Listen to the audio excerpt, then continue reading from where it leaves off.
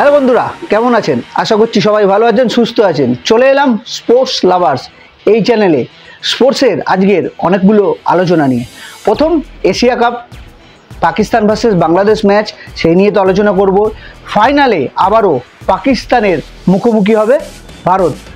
সঙ্গে test team, West ইন্ডিজের এগেনস্টে টেস্টের যে টিম ঘোষণা হয়েছে সেই টিমে কারা চান্স পেল, কারা বাদ পড়ল, কার সঙ্গে অবহেলা করলো আবারও বিসিসিআই, সব নিয়ে আজকের আলোচনা। তো চলুন শুরু করা যাক আজকের আলোচনা। প্রথমেই আসবো বাংলাদেশ ভার্সেস পাকিস্তানের যে খেলাটা ছিল কালকে, সেমিফাইনাল গেম ছিল। সেখানে বাংলাদেশের পারফরমেন্স কি? বোলিং অসাধারণ শুরু করেছিল বাংলাদেশ, অসাধারণ। 15 ওভার অবধি ম্যাচের প্রেডিকশান দেখাচ্ছিল বা ম্যাচের কে কত পার্সেন্ট এগিয়ে রয়েছে, সেখানে 85% এগিয়ে ছিল বাংলাদেশ, 15% দেখাচ্ছিল পাকিস্তান। সেই match 135 run target, 136 run target 20 ওভারে। সেই রানটাও বাংলাদেশ তুলতে পারলো না। খারাপ লাগছে কোন জায়গাটায় জানেন তো? খারাপ লাগছে বাংলাদেশ সমর্থকদের জন্য।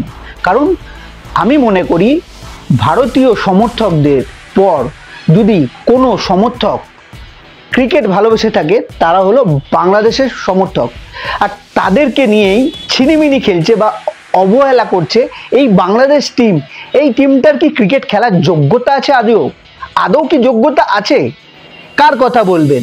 জাকির আলী ক্যাপ্টেনশিপ করছে, লিটন দাস খেলতে পারেনি তার হ্যামস্ট্রিংয়ের চোটের জন্য। সেটা তো খুব বড় মানে ক্ষতি বাংলাদেশের জন্য। তা বলে একটা প্লেয়ার খেলতে পারবে না, তার জায়গায় যে 11 জন মাঠে খেললো, তাদেরকে কে দিয়েছে এই অধিকার এইরকমভাবে সমর্থকদের আবেগ নিয়ে ছিনিমিনি করার? 135 রান যারা তুলতে পারে না, তাদের ওয়ার্ল্ড ক্রিকেটে বা ক্রিকেট খেলার যোগ্যতা আছে তাদের? আমার তো মনে হয় নেই। আপনারা বলবেন কমেন্টে, বাংলাদেশ সমর্থকরা, যে তাদের কি আদৌ আপনারা ক্ষমা করতে পারবেন? এই এত বড় একটা সুযোগ ছিল এশিয়া কাপের ফাইনালে ওঠা, আর যেখানে বোলাররা এত সুন্দর একটা স্টেজ তৈরি করে দিয়ে গেল, ব্যাটাররা সেখানে। ত্রহিত হৃদয় এই প্লেয়ারটার উপরে অনেক আশা ছিল, কি ব্যাটিং করলো। কোনো প্লেয়ারকে আমি দেখলাম না যে একটা পার্টনারশিপ তৈরি করার। 6-4 মারছে, তারপরে তো সিঙ্গেল আছে। ক্রিকেটে সিঙ্গেল বলে তো কিছু একটা কথা আছে। আপনি কি সব বলেই 6-4 মারবেন? না, সঙ্গে সিঙ্গেলটাও খেলতে হয়। তো একটা পার্টনারশিপ বিল্ড করতে হয়, যে পার্টনারশিপটার উপরে ভর করে ম্যাচটাকে এগিয়ে নিয়ে যেতে হয়। দেখেছেন কোনো পার্টনারশিপ সেইভাবে কাজ করেছে? কেউ না, সব ফ্লপ। আয়ারাম গায়ারাম তেলের লাইন দেখেছেন তো? তেলের লাইনের মতো লাইন পড়ে যাচ্ছে। না হলে 135 রান তোলা যায় না টি-20 ক্রিকেটে। আজকের মতো ক্রিকেট, এই জেনারেশনে যে ক্রিকেটটা খেলা হচ্ছে, বাংলাদেশ এখন সেই ছোটোবেলার ক্রিকেটেও পড়ে রয়েছে। ছোটোবেলায় হামাগুড়ি দিয়ে ক্রিকেট খেলে যারা, বা হামাগুড়ি দেয় যারা, তাদের মতো পড়ে রয়েছে। হামাগুড়ি দিয়ে এগাচ্ছে ক্রিকেটে হামাগুড়ি দিয়ে এগালে হবে না। ক্রিকেটটা অন্য লেভেলে খেলা হচ্ছে এখন। সেই লেভেলের সঙ্গে ম্যাচিং করতে হবে। নিজেদেরকে ম্যাচ করুন, নাহলে আরও 20 কেন 30-40 বছর পিছিয়ে যাবেন। মুখে কিন্তু বড় বড় কথা বললে হয় না। অন পেপার মুখে সাংবাদিকদের সামনে বড় বড় কথা বললাম, সেসব না। ক্রিকেটটা মাঠে খেলা হয়, মাঠে খেলে জিততে হয়, আর মাঠেই খেলতে হয়। মাঠে জবাব দিতে হয়, ব্যাটে বলে জবাব দিতে হয়। সেটা আপনার তো নেই। সমর্থকদের দিয়ে ছিলিমিনি খেলেন। যে সমর্থকগুলো সমর্থন করে, যারা কিন্তু বাংলাদেশ ক্রিকেটকে সমর্থন করার জন্য এত দূর গিয়ে, দুবাইতে গিয়ে খেলা দেখা, যে খরচা করে, এইসবের কোনো মাহাত্ম্য রাখে না, বা এইসবের কোনো বিন্দুমাত্র ইয়ে নেই এদের, এই প্লেয়ারগুলো। আপনারা বলুন, বাংলাদেশ সমর্থক তো? আপনারা বলুন, ভুল কথা বলছি? যদি ভুল কথা বলি অবশ্যই কমেন্টে বলবেন। যে আপনি দাদা ভুল কথা বলছেন। বাংলাদেশ ক্রিকেটকে যদি উন্নতি করতে চায়, আমি আবারও বলছি, পজিটিভ ক্রিকেট খেলতে হবে। মানসিকতাটা চেঞ্জ করতে হবে। মানসিকতা চেঞ্জ করুন, ক্রিকেট ভালো খেলুন, সবাই ভালো বলবে। ক্রিকেটটা তো খেলে জিততে হয়। মুখে বলে তো জেতা যায় না, অন পেপার তো জেতা যায় না, ফিল্ডে খেলে জিততে হয়। ক্রিকেট গ্রাউন্ডে খেলতে হয়। 22 গজের লড়াই 22 গজে দেখিয়ে দিতে হয় যে 22 গজ লড়াইটা কি। যাই হোক, এত বড় সুযোগ হাতছাড়া হলো। আবার এশিয়া কাপে পাকিস্তান আবারও ইন্ডিয়ার মুখে আবারও হারাবো পাকিস্তানকে, বলে রাখলাম পাকিস্তানকে আবারও হারাবো এবং জবাব তো অবশ্যই দেবো। অলরেডি বিসিসিআই হারিস সাহেবের উপরে এই চিঠি দিয়েছিল বিসিসিআই আইসিসিকে, আইসিসি অলরেডি স্টেপ নিচ্ছে হারিস সাহেবের উপরে। তো এবার আবারও মাঠে জবাব দেবে। এই যে বোলারগুলো শাহিন আফ্রিদি, হারিস রাও বাংলাদেশের ব্যাটারদের আউট করেছে, Shaheen Afridi man of the match হয়েছে, আবারও দেখবেন অভিষেক শর্মার সামনে পড়বে না, শুভমান গিল, আমাদের সূর্য কুমার যাদব, সঞ্জু স্যামসং আছে, হার্দিক পান্ডিয়া আছে, শিবম দুবে আছে, দেখবেন ব্যাটিং কাকে বলে। যাই হোক, ফাইনাল তো দেখবই, ফাইনালে তো দেখা হবেই। ফাইনালে আবারও হারাবো পাকিস্তানকে হারিয়ে আবার তাদের মুখে চুনকালি না অন্য কিছু মাখাবো, সেটা যাই হোক পরে বলবো আপনাদেরকে। ম্যাচের দিনে যেদিনকার ভিডিও হবে সেদিন জানিয়ে দেবো। তবে বাংলাদেশ সমর্থকদের জন্য কিন্তু আজকে খুব খারাপ লাগছে, যারা বাংলাদেশকে এত মন থেকে সাপোর্ট করে এবং মনে প্রাণে সাপোর্ট করে, তাদের জন্য আজকে খুব খারাপ লাগছে। বাংলাদেশ এই টিম আবারও একটা টুর্নামেন্ট, আবারও একটা হতাশা নিয়ে বাংলাদেশ সমর্থক বাড়ি ফিরছে। এই হচ্ছে বাংলাদেশ ক্রিকেটের হাল। যাই হোক, বাদ দিন, সেটা তো তাদের ম্যানেজমেন্ট, তাদের সমর্থকরা বলবে, তাদের কর্মকর্তা আছে যারা আছে তারা বলবে। এবার আমি আসবো আমাদের ইন্ডিয়ান যে ওয়েস্ট ইন্ডিজের সঙ্গে টেস্ট সিরিজের সিলেকশন হয়েছে সেই সম্বন্ধে কিছু আলোচনা করতে।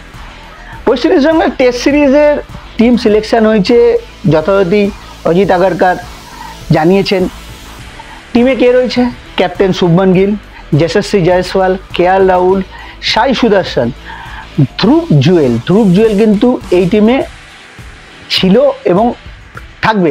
ধ্রুব জুয়েল এর আগেও ছিল ব্যাকআপ উইকেট কিপার হিসাবে, এবারে কিন্তু ধ্রুব জুয়েল অ্যাজ এ কিপার হিসেবে খেলবে, কারণ ঋষভ পান্ত কিন্তু চোটের কারণে এই টিমে চান্স পায়নি।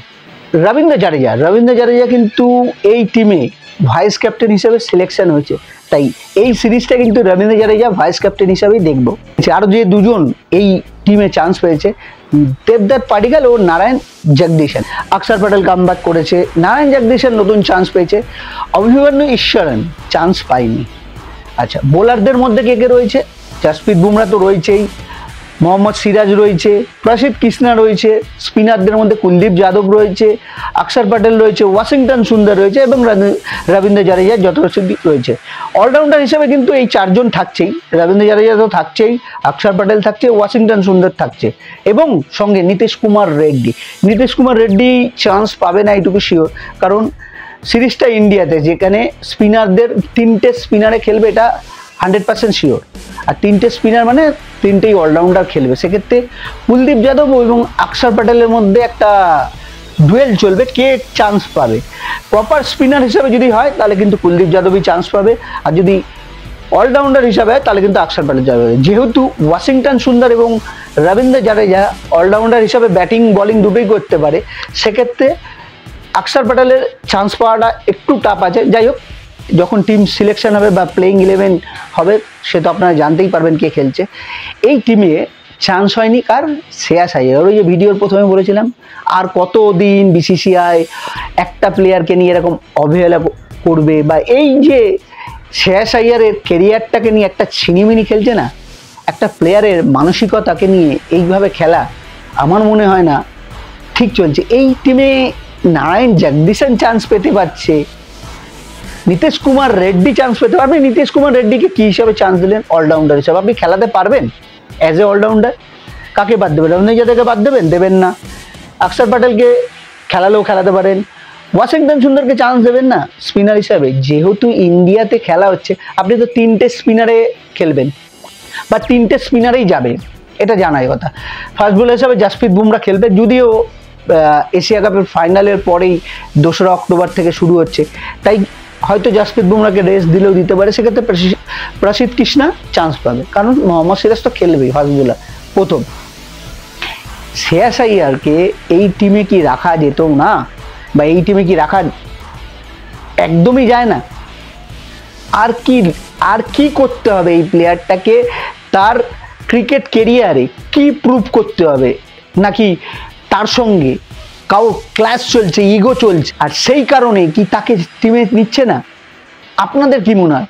আমাদের ইন্ডিয়ান ফ্যানেদের কি মনে হয়? শ্রেয়াস আইয়ার ফ্যানেদের কি মনে হয়? অবশ্যই বলবেন, কমেন্টে তো অবশ্যই বলবেন, জানাবেন যে শ্রেয়াস আইয়ারের সঙ্গে যে এই একদম বাজে, আমি বলবো নক্কারজনক যে জিনিসটা করছে বিসিসিআই সিলেকশন কমিটি, এটা কিন্তু একটা প্লেয়ারের কাছে অনেক বড় ধাক্কা। হয়তো বাধ্য করবে, মানে বাধ্য করবে, অবসর নেওয়ার জন্য বাধ্য করতে চলেছে বিসিসিআই, এটা আমি বলে রাখলাম। কারণ শ্রেয়াস আইয়ার যদি ওয়েস্ট ইন্ডিজের এগেনস্টেও চান্স না পায়, অস্ট্রেলিয়ার এগেনস্টে পেলেও না, এর মানে কার এগেনস্টে চান্স দেবে? তাহলে কার এগেনস্টে খেললে শ্রেয়াস আইয়ার চান্স পাবে? ওডিআই ক্রিকেটেও কি আদৌ চান্স পাবে? টি20 দিয়ে ছেটে দিল, টেস্ট থেকে ছেটে দিল, ওডিআই ক্রিকেট থেকেও এবার ছাটার পরিকল্পনা চলছে। ওই অনেকে বলছিল না ক্যাপ্টেনশিপ দেবে, আমি বলছি না, ক্যাপ্টেনশিপও দেবে না, দেখবেন ওডিআই ক্রিকেট থেকেও ছাটার জন্য পরিকল্পনা চলছে। বসে গেছে টিম মিটিং বসে গেছে, শ্রেয়াস আইয়ারকে কি করে বাদ দিতে হয়। যাই হোক, কমেন্টে তো অবশ্যই বলবেন এই যে শ্রেয়াস আইয়ারের সঙ্গে এই বাজে বা নক্করজনক যে ঘটনা ঘটাচ্ছে সিলেকশন কমিটি, এটার প্রতিবাদ আপনারা কিভাবে জানাবেন অবশ্যই কমেন্টে করবেন। কারণ শ্রেয়াস আইয়ার এখন অবধি আমার কাছে 3 ফরম্যাট খেলার মতো ইন্ডিয়ান প্লেয়ার। অন্য যে কোনো দেশের যদি শ্রেয়াস আইয়ার খেলতো তাহলে সেই দেশের ক্যাপ্টেনশিপ করতো, এইটুকু আমি আমার তরফ থেকে, আমার ওপিনিয়ন থেকে বলে রাখলাম। আর সেই প্লেয়ারটাকে তাকে দিনের পর দিন অবহেলা, অবাঞ্ছিত সব কিছু করে অবহেলা করে দেখছে, এবং তার সঙ্গে যে নক্কারজনক ঘটনা ঘটাচ্ছে সেই ঘটনার প্রতিবাদ অবশ্যই কমেন্টে করবেন। ততক্ষণ ভালো থাকবেন, সুস্থ থাকবেন, আর এই জবাবটা কিন্তু অবশ্যই কমেন্টে দেবেন। তো বন্ধুরা, এই ছিল আজকের ভিডিও, আশা করছি ভালো লেগেছে। ভালো লাগলে আমাদের সঙ্গে থাকবেন, লাইক শেয়ার অবশ্যই করবেন। আশা করি দেখা হবে অন্য কোনো ভিডিওতে। সুস্থ থাকবেন, টাটা।